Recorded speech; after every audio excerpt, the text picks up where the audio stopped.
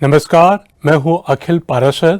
आप देख रहे हैं देश दुनिया की खास खबरों का एक विशेष प्रोग्राम न्यूज फोकस। चलिए सबसे पहले नजर डालते हैं इस हफ्ते की टॉप हेडलाइंस पर। चीन ने 200 अरब युआन से उपकरण अपग्रेड को दी रफ्तार। शाओशिंग की नाइट इकोनॉमी बनी नया टूरिस्ट मैग्नेट। क्यूबा के लिए सोलर पावर बनी वरदान। अब समाचार विस्तार से। चीन ने साल 2026 में बड़े पैमाने पर उपकरण अपग्रेड को बढ़ावा देने के लिए 200 अरब युआन के ultra long special treasury bond की पूरी राशि जारी कर दी है। ये जानकारी चीन के राष्ट्रीय विकास और सुधार आयोग यानी NDRC ने दी।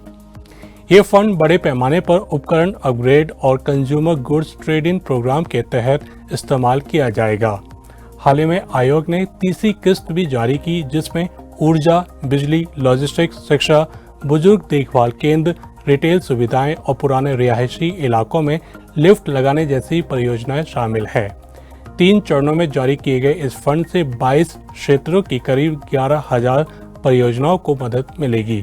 इसका उद्देश्य उद्योगों का आधुनिकीकरण, हरित विकास को बढ़ावा देना, लोगों की सुविधाएं बढ़ाना और सुरक्षा व्यवस्था को मजबूत करना है।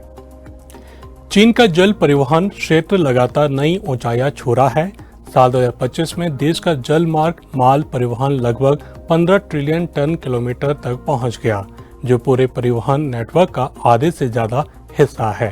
चीन के परिवहन मंत्रालय के मुताबिक पिछले 5 वर्षों में 10,000 टन या उससे बड़े जहाजों के लिए 479 नए बर्थ बनाए गए, जिससे इनकी कुल संख्या बढ़कर 3,061 हो गई। पोहाई रेम, यांगत्से रिवर डेल्टा और क्वांगतोंग, हांगकांग, मकाओ ग्रेटर वे एरिया में वर्ल्ड क्लास पोर्ट क्लस्टर लगभग तैयार हो चुके हैं। 2025 में चीन का अंतर्राष्ट्रीय समुद्री माल परिवहन दुनिया के कुल कारोबार का लगभग 1/3 रहा।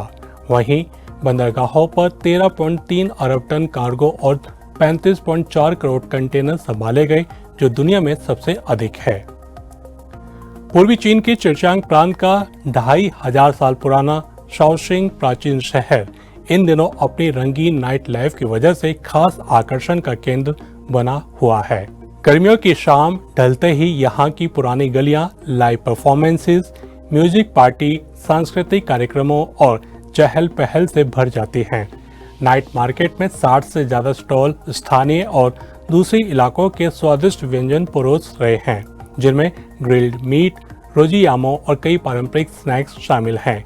यहाँ आए पर्यटकों का कहना है कि यहाँ पुराने शहर का ऐतिहासिक माहौल और आधुनिक लाइफस्टाइल का शानदार मेल देखने को मिलता है। आयोजकों के मुताबिक यह समर नाइट फेस्टिवल अगस्त के आखिर तक चलेगा, जिसमें 16 सांस्कृतिक और पर्यटन कार्यक्रम आयोजित किए जाएंगे। चीन का एयर कार्गो नेटवर्क तेजी से विस्तार कर रहा है। साल 2025 में पहली बार देश का हवाई माल परिवहन 1 करोड़ टन के आंकड़े को पार कर गया। एक रिपोर्ट के अनुसार पिछले साल कुल 10.17 मिलियन टन माल और डाक की ढुलाई हुई, जो एक साल पहले की तुलना में 13.3% ज्यादा है। इस बढ़ोतरी में अंतर्राष्ट्रीय कार्गो रूट सबसे बड़ा कारण रहे। पूरे साल के दौरान 214 नए अंतर्राष्ट्रीय एयर कार्गो रूट शुरू किए गए, जिससे चीन का नेटवर्क अब 6 महाद्वीपों तक फैल चुका है। देश के पास अब 272 मालवाहक विमान हैं, जिनमें लंबी दूरी तक उड़ान भरने वाले 60 वाइड बॉडी कार्गो विमान भी शामिल हैं। रिपोर्ट के मुताबिक cross border e commerce, electronics, कपड़ा, मशीनरी, ऑटो पार्ट्स और ताज़ा खाद्य उत्पादों की बढ़ती मांग इस विस्तार को लगातार गति दे रही है।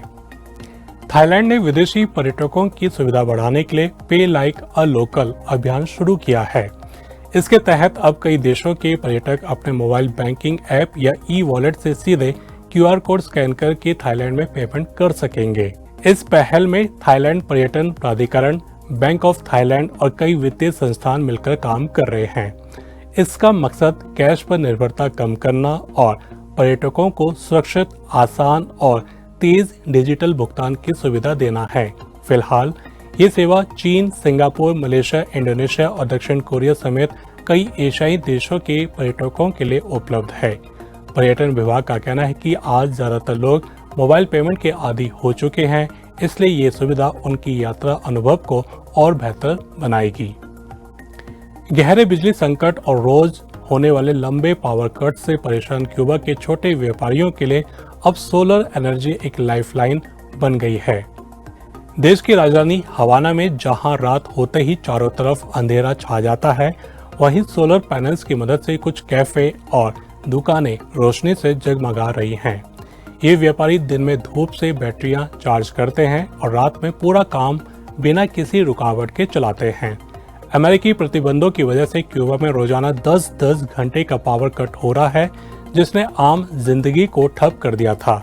अब क्यूबा सरकार भी लोगों को राहत देने के लिए सोलर इक्विपमेंट्स के इंपोर्ट पर टैक्स की छूट दे रही है, ताकि ज्यादा से ज्यादा लोग रिन्यूएबल एनर्जी अपना सकें। तो ये थी इस हफ्ते की खास खबरें। अब चलते हैं हमारे एक स्पेशल सेगमेंट न्यूज स्टोरी की तरफ। क्या आपको भी लगता है कि चाइना दुनिया के बाजारों पर सिर्फ इसलिए कब्जा कर रहा है क्योंकि वहां सामान सस्ते में बनता है? अगर हाँ, तो शायद आप एक बहुत बड़ी सच्चाई से अनजान हैं। आजकल पश्चिमी देशों में एक नया शब्द गूंज रहा है, चाइना शॉक 2.0। दावा यह है कि चाइना की सस्ती इलेक्ट्रिक गाड़ियां, बैटरियां और सोलर पैनल दुनिया भर की नौकरियों और उद्योगों को खा रहे हैं। लेकिन क्या वाकई कहानी सिर्फ इतनी ही है या इसके पीछे कोई और वजह है? चलिए आज की न्यूज स्टोरी में इसे बहुत आसान भाषा में समझते हैं। अगर हम थोड़ा पीछे यानी 1980 के दशक में जाएं, तो ठीक ऐसे ही बातें जापान के लिए भी कही जाती थी। तब भी लोग चिल्ला रहे थे कि सरकारी मदद और आक्रामक नीतियों के दम पर जापान सबको बर्बाद कर देगा। कुछ चिंताएं सही थी, लेकिन बाद में ज्यादातर आशंकाएं खोखली साबित हुई। दरअसल असली सवाल हमेशा ये होना चाहिए कि क्या कोई देश बेईमानी से आगे बढ़ रहा है या फिर उसने अपनी तकनीक और बेहतर मैनेजमेंट के दम पर ये मुकाम हासिल किया है।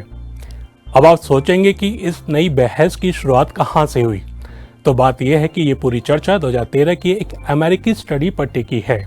उसमें कहा गया था कि 2001 से 2010 के बीच जब अमेरिका में चीनी सामान की बाढ़ आई तो कुछ इलाकों में बेरोजगारी बढ़ी, लेकिन इस बात को जरूरत से ज्यादा बढ़ा चढ़ाकर पेश किया गया।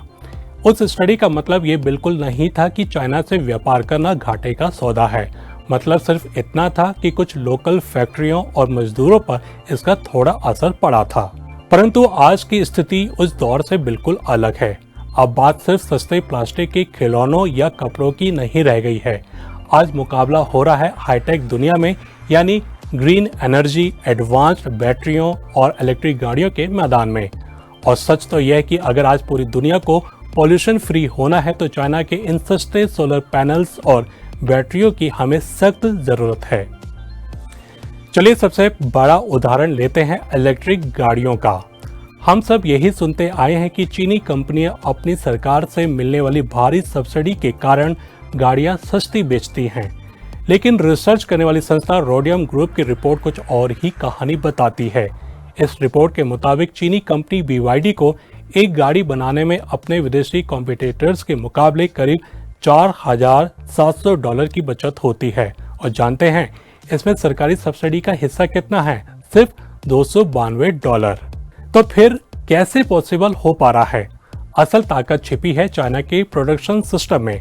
उदाहरण के लिए BYD अपनी गाड़ियों के लगभग सारे पुर्जे खुद बनाती है। जब आप दूसरों पर निर्भर नहीं होते तो आपकी लागत अपने आप कम हो जाती है। इसके साथ ही उनका रिसर्च, डिजाइन और मैनेजमेंट का खर्च भी बहुत कम है। यानी चाइना की ये बढ़त सिर्फ सस्ती मजदूरी की वजह से नहीं है, बल्कि उनकी तेज रफ्तार, मजबूत सप्लाई चेन और गजब की तकनीकी समझ का नतीजा है। सच कहें तो अब चाइना की कामयाबी को सस्ते लेबर के चश्मे से देखना बंद करना होगा। पिछले कुछ वर्षों में चाइना में मजदूरों की सैलरी लगातार बढ़ी है, लेकिन फिर भी उनके सामान की कीमतें नहीं बढ़ी। इसका साफ मतलब है कि उन्होंने फैक्ट्रियों में ऑटोमेशन, रोबोटिक्स और आधुनिक मशीनों का इस्तेमाल बहुत बढ़ा दिया है। ऐसा इसलिए हुआ क्योंकि पिछले 20 वर्षों में चाइना ने रिसर्च एंड डेवलपमेंट पर पानी की तरह पैसा बहाया है। आज चाइना सिर्फ दूसरों की डिजाइन को कॉपी करने वाली फैक्ट्री नहीं है, बल्कि वो खुद नई तकनीकों का सबसे बड़ा आविष्कारक बन चुका है। अब इस पूरी बहस का एक दूसरा और बेहद खूबसूरत पहलू भी देखिए। चाइना के इन सस्ते उत्पादों का सबसे ज्यादा फायदा आम उपभोक्ताओं और विकासशील देशों को हुआ है। सस्ते सोलर पैनल्स की वजह से आज गरीब देशों के लिए भी क्लीन एनर्जी अपनाना मुमकिन हो पाया है। सोचने वाली बात है कि अगर चाइना वाकई दुनिया के लिए सिर्फ एक खतरा या शौक होता तो बाकी देश उससे दूरी बना लेते, लेकिन हकीकत इसके उलट है। आज वियतनाम, मैक्सिको और साउथ ईस्ट एशिया के देशों की तरक्की चाइना की सप्लाई चेन से ही जुड़ी हुई है। आज की ग्लोबल इकोनॉमी में सब एक दूसरे से इस कदर बंधे हुए हैं कि अगर आप चाइना पर कोई टैक्स या बैन लगाते हैं तो उसका झटका अन्य देशों को भी लगता है, क्योंकि चाइना से जो सामान बनकर निकलता है उसमें जापान, जर्मनी, साउथ कोरिया और कई पश्चिमी देशों के पुर्जे और टेक्नोलॉजी लगी होती है। इसलिए चाइना शॉक 2.0 को सिर्फ एक खतरे की तरह देखना बहुत अधूरी सोच होगी। असली चुनौती चाइना को रोकने की ही नहीं है, असली चुनौती यह है कि बाकी दुनिया अपनी फैक्ट्रियों, अपनी तकनीक और अपने सिस्टम को कितना मजबूत बनाती है। तो ये था आज का हमारा खास कार्यक्रम न्यूज़ फोकस। अभी आज्ञा दीजिए, अगले हफ्ते फिर मिलेंगे इसी समय। नमस्ते।